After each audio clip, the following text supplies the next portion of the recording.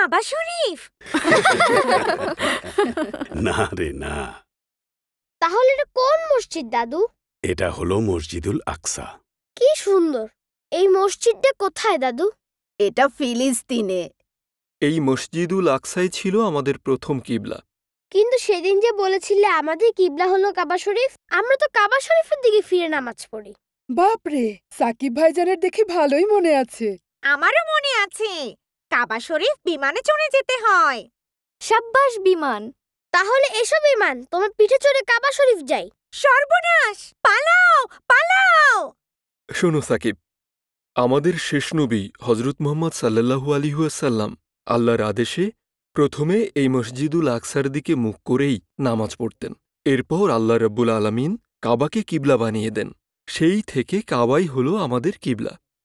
কাবা শরীফ বানিয়েছিলেন হজরত ইব্রাহিম আলাইহিসসালাম এবং তার ছেলে ইসমাইল আলাইহিসসালাম। তিনি তার আরেক ছেলে ইসাক আলাইহিসসালামকে নিয়ে মসজিদুল আকসা নির্মাণ করেন। এখন কিন্তু মসজিদুল আকসা ইসরায়েল দখল করে রেখেছে, মুসলমানরা সেখানে যেতে পারে না। তবে তুমি আরেকটু বড় হলে আমরা তোমাকে নিয়ে কাবা শরীফে হজ করতে যাব, ইনশাআল্লাহ। ইনশাআল্লাহ।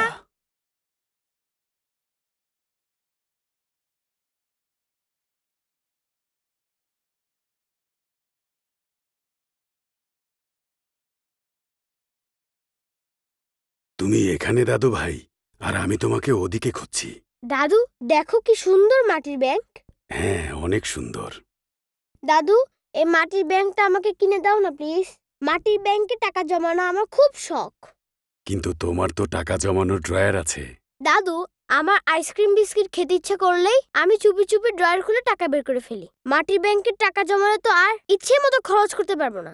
এভাবে টাকা জমালে একদিন আমার অনেক টাকা হবে। অনেক টাকা দিয়ে কি করবে দাদু ভাই? কাবা শরীফে যাব। সুবহানাল্লাহ। মাশাল্লাহ, কত বুদ্ধি তোমার। এই মাটির ব্যাংকটির দাম কত ভাই? দাম দেওয়ান লাগবো না, আমি তো আর কাবা শরীফে যাইতে পারুম না। বাবু যদি মাটির ব্যাংকে টাকা জমাইয়া মক্কা শরীফ যায় তাইলেই আমি খুশি। বাবুরে এটা আমি উপহার দিলাম। আঙ্কেল, আমি যেদিন কাবা শরীফে যাব সেদিন আপনার জন্য অনেক দোয়া করব। আপনিও যেন কাবা শরীফে যেতে পারেন। ইনশাআল্লাহ, আল্লাহ তোমার দোয়া কবুল করুন। চলো দাদু ভাই, এবার তাহলে বাড়ি ফেরা যাক। আসসালামু আলাইকুম। আসি আঙ্কেল। ওয়ালাইকুম আসসালাম।